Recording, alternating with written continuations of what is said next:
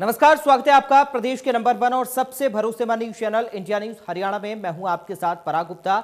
Metro news के इस खास प्रोग्राम में आज हम बात करेंगे साइबर सिटी गुरुग्राम से जुड़ी तमाम बड़ी खबरों की। औद्योगिक नगरी गुरुग्राम की हर गतिविधि पर, हर बड़ी खबर पर हमारी नजर रहेगी, तो बने रहिए हमारे साथ।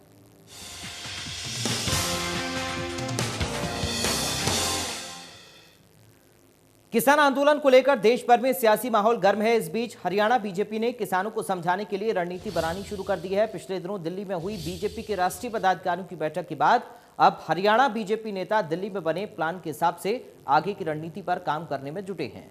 इसी सिलसिले में गुरुग्राम में बीजेपी पदाधिकारियों की बड़ी बैठक हुई, जिसमें केंद्रीय राज्य मंत्री कृष्णपाल गुर्जर समेत कई सांसद मौजूद रहे। साथ ही कृषि मंत्री जेपी दलाल और कैबिनेट मंत्री कंवरपाल गुर्जर के अलावा कई विधायक भी शामिल हुए।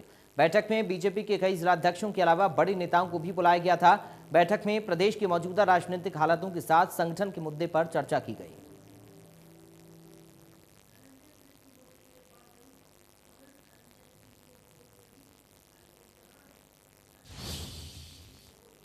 हम समझाया तो हम पूरा रहेगा। आप बताओ, आपकी समझ में कुछ नहीं रहता, आप पूछ लो, मैं आपको समझाऊंगा, मैं आपको समझाऊंगा। लेकिन अगर किसी ने कसम खा ली कि मैंने समझना नहीं, तो उसको कैसे समझा सका? जो आदमी सो रहा है उसको आप जगा सको, लेकिन जागते आदमी को आप जगा नहीं सकते। जिस राइट की डिमांड जो था, जिस अधिकार की डिमांड बहुत लंबे टाइम से चली आ रही थी, उसी अधिकार को इस कानून के तहत दिया कि वो अपनी चीज को बाहर भी बेच सकता है। अंदर वो बेच रहा तो वहां एमएस भी है, लेकिन वो बाहर बेच सकता है, और अगर उसकी चीज अच्छी है तो ज्यादा पैसे ले सकता है। मान लीजिए मैंने ऑर्गेनिक गेहूं पैदा करी, तो मुझे तो 5,000 रुपये क्विंटल बेचनी, 45 रुपये क्विंटल बेचनी, लेकिन सरकार तो 1975 रुपये लेने लग रही। तो सरकार पे मैं नहीं बेचता, मैं तो, मेरे पे चीज अच्छी है मैं तो बाहर बेचूंगा। या मेरे गेहूं अच्छी है तो मैं, मेरी ऑर्गेनिक नहीं भी है लेकिन उसकी क्वालिटी बढ़िया है, तो मेरे पास एक विकल्प दिया कि आपको एक विकल्प मिल गया कि आप बाहर जाकर अपनी चीज। आंदोलनकारियों को क्या हुआ है, अब उसका क्या है कि वो उसमें किसी तरीके से झगड़ा करना चाहते हैं, टकराव करना चाहते हैं, हम टकराव से बचना चाहते हैं। मैं ये बात चाहता हूं कि अगर सार्वजनिक हित में आप बात करोगे तो फिर तो चर्चा करोगे ना आप। अगर आप वाकई किसान के हित में हैं तो फिर आपको चर्चा करनी चाहिए। इसका मतलब स्पष्ट है कि आप किसान के हित में नहीं है, आप किसान के हित में बात करना चाहते, आप टकराव चाहते हैं। तो निश्चित तौर से जब जनता को हम समझाएंगे, और आज ऐसा ऐसा जो किसान है उसकी समझ में आता जा रहा, और आप देख रहे हैं कि धीरे धीरे किसान हर दिन डीजल पेट्रोल की कीमतों में हो रही बढ़ोतरी को लेकर गुरुग्राम में कांग्रेस ने विरोध जताया। पूर्व मंत्री कैप्टन अजय यादव ने कांग्रेस के प्रदर्शन की अगुवाई की। इस दौरान कांग्रेस कार्यकर्ताओं ने सरकार के खिलाफ नारेबाजी की। पूर्व मंत्री कैप्टन अजय यादव ने सरकार को आड़े हाथों लेते हुए कहा कि सरकार आम जनता को कुचलने का काम कर रही। बढ़ती महंगाई से हालात चरमरा गए हैं। बीजेपी सरकार सबका साथ सबका विकास की बात करती है, लेकिन ऐसा नहीं है, वो सिर्फ पूंजीपति लोगों का ही विकास करने में लगी है।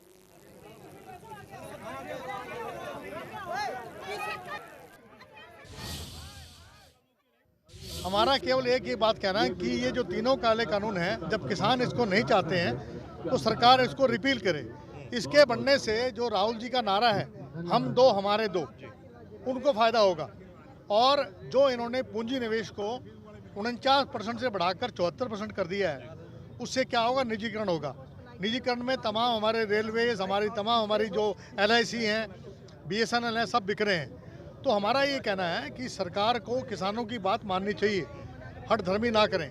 जिस प्रकार से डीजल, पेट्रोल और गैस के जो दाम बढ़ाए गए हैं, उसके विरोध में भी आज हमारा ये जो प्रदर्शन था।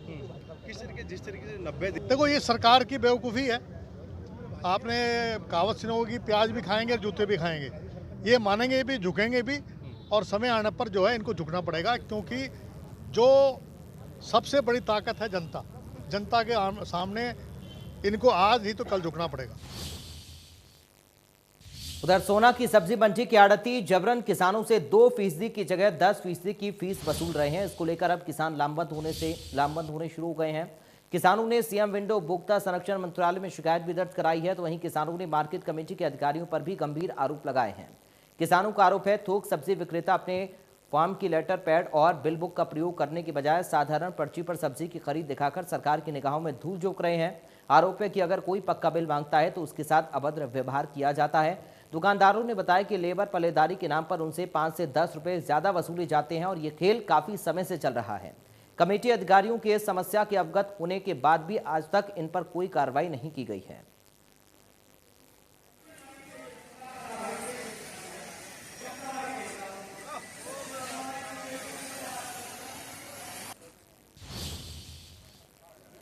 पल्लेदारी के नाम पर जो पहले पल्लेदारी 5 रुपए प्रति नग हुआ करती थी, 100 किलो के कट्टे के ऊपर 3 से 5 रुपए होती थी, अब वो 50 किलो का कट्टा होता है, जो कि उसके 10 रुपए वसूल किए जा रहे हैं। जो मान लो 1 किलो भी कोई आइटम है, उसके लिए भी 5 रुपए हमारे पर्चियों के अंदर ही ऐड होके आते हैं। वो पास ये फिलहाल जो ये पल्लेदारी बढ़ी है, ये कोरोना काल से बढ़ी है, लेकिन इससे पहले जो 10% का ये है, ये हम पिछले 4-5 साल से संघर्ष में है इस काम के लिए, लेकिन हमारी कोई अब तक सुनवाई नहीं हुई है। इसमें मांग हमारी मेन यही है कि भाई एक तो जो पल्लेदारी है, पहले तो ये कम कर जाए। दूसरी बात, जो सरकारी फीस है, जो हमारी मतलब परसेंटेज है जो हमसे लेते हैं, 10% लेते हैं, वो 5% है, अपना उतने ही हमसे चार्ज किए जाए जो सरकारी है।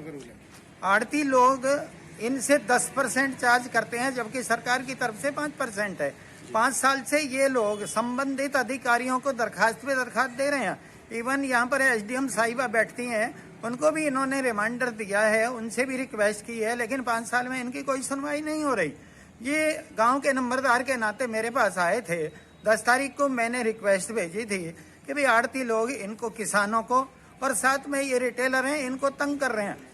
अपनी 10% के अलावा ये इन लोगों से 2%, किसी से 5% किसान से भी चार्ज करते हैं, जबकि किसान तो अन्नदाता है। मांग ये है हमारे विभाग से कि जिसका लाइसेंस जहाँ पे है उसको वहाँ पे व्यापार करा जाए। दूसरा, जो रिटेलर में जिसका थोक का काम है वो थोक का काम करे, रिटेल में परचूने में नहीं देखी। दूसरा, नाजायज हमसे 10% वसूला जाए। जो गवर्नमेंट का जो भी चार्ज है सरकार का, वो 5 है 10 है, जो भी हो सरकार का, वो लिया बस। सर, किसानों को लेकर तो कोई हमारे यहाँ कोई मामला अभी नहीं है, कोई संज्ञान में नहीं आया अभी तक। सरकार के नियम के अनुसार 50 पैसे प्रति बैग का एक निर्धारित रेट है, और इससे अधिक कोई लेता है तो उसके खिलाफ हम कार्रवाई करेंगे और फील्ड में खुद जाकर देखेंगे अगर ऐसा कोई मामला है तो। मौसाकोरों ने एक शिकायत लगाई थी कि उनसे पल्लेदारी के कुछ राशि को लेकर उनका आपसी झगड़ा था, उसके लिए हमने एक संबंधित फर्म को नोटिस जारी कर दिया है। जी बिल्कुल, उनके खिलाफ लाइसेंस उनका रद्द किया जाएगा और जो भी शिकायत आएगी उसका निपटारा किया जाएगा। उधर मानेसर तहसील के गांव मोकलवास, पोखरपुर, खड़खड़ी और बांसलांबी में कृषि क्षेत्र से धारा हटाने के लिए मोकलवास के मनोज यादव ने केंद्रीय मंत्री राव इंद्रजीत सिंह और मुख्यमंत्री मनोहर लाल खट्टर से गुहार लगाई है। 2004 में इन गांवों की जमीनों पर सेक्शन 4 लगाकर अधिकृत किया जा रहा था। उस समय ग्रामीणों के विरोध के बाद जमीन को अधिग्रहण नहीं किया गया, लेकिन तत्कालीन सीएम भूपेंद्र हुड्डा ने लोगों की ओर से जमीन नहीं देने पर गांवों की जमीनों पर कृषि क्षेत्र धारा लगा दी। इन गांवों की जमीनों को कृषि क्षेत्र धारा लगाने के कारण लोगों को परेशानी का सामना करना पड़ता है। कृषि क्षेत्र धारा होने के कारण लोगों को अपनी जमीनों की ना एनओसी मिल पाती और ना ही भूमि उपयोग परिवर्तन का प्रमाण पत्र, जिससे ग्रामीणों ने इन धारा को हटाने की मांग की है। मोकलवास के मनोज यादव ने कहा कि कांग्रेस सरकार ने 2004 में जमीन अधिग्रहण करने के लिए सेक्शन 4 लगाया था। उस समय ग्रामीणों ने अपनी जमीन देने से मना कर दिया था। हमारे 4 गांव की जमीन पर कृषि जोन घोषित किया हुआ है, जो कि सरासर गलत है। इस जोन को घोषित होने से हमारे गांव के किसान न तो कोई पेट्रोल पंप लगा सकते हैं, न कोई एनओसी ले सकते हैं, न कोई वेयर हाउस बना सकते हैं। हमारी माननीय केंद्रीय मंत्री राव इंद्रजीत जी व हरियाणा के मुख्यमंत्री मनोहर लाल खट्टर जी से हाथ जोड़ के विनती है कि हमारे इन गाँवों पे कांग्रेस सरकार द्वारा लगाए गए कृषि जोन को हटाया जाए, ताकि किसानों को फायदा मिल सके। यह धारा कब लगाई गई थी? यह धारा 2004 में कांग्रेस सरकार ने लगाई थी। उस समय मुख्यमंत्री चौधरी भूपेंद्र सिंह हुड्डा जी थे। इसमें कौन कौन से गांव हैं? इसमें मोकलवास, फकरपुर, खरकड़ी और बासलांबी 4 गांव शामिल है अभी फिलहाल, जिन पे एग्रीकल्चर जोन घोषित किया हुआ है। साइबर सिटी गुरुग्राम की फिरोज गांधी कॉलोनी में एक शख्स पर ताबड़तोड़ फायरिंग कर उससे मौत के घाट उतार दिया गया। बताया जा रहा है कि मनीष नाम का शख्स अपनी गाड़ी से कहीं पर निकलने की तैयारी में था कि हथियारबंद बदमाशों ने मनीष पर ताबड़तोड़ फायरिंग करनी शुरू कर दी। गोली लगने से मनीष की मौत हो गई। गाड़ी के शीशे पर भी कई गोलियों के निशान हैं। गोलियों की आवाज सुनकर आसपास के लोग इकट्ठा हुए, लेकिन तब तक हमलावर मौके से फरार हो गए। मौके से भागते हुए बदमाशों की तस्वीर सीसीटीवी कैमरे में कैद हो गई। वारदात की जानकारी मिलते ही गुरुग्राम पुलिस के तमाम आला अधिकारी मौके पर पहुंचे और जांच शुरू की। पुलिस शुरुआती जांच में इसे आपसी रंजिश से जोड़कर देख रही है।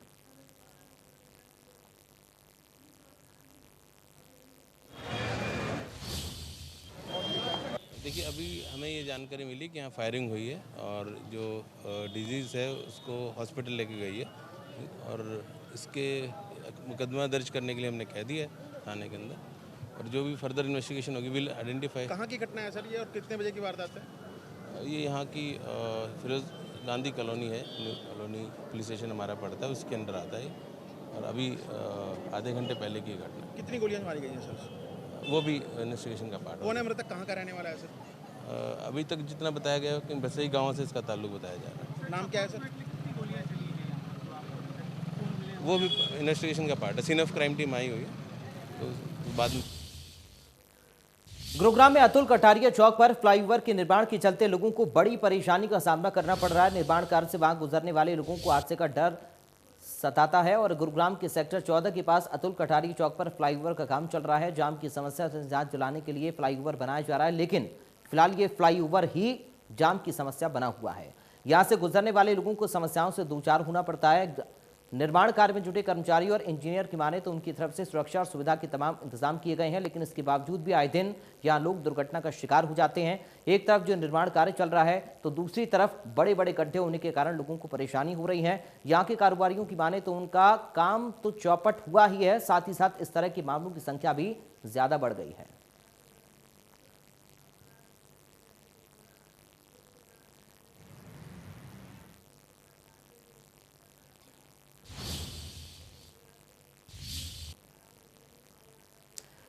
तो फिलहाल मेट्रो न्यूज गुरुग्राम में मेरे साथ इतना ही। बाकी खबरों के लिए आप देखते रहिए इंडिया न्यूज।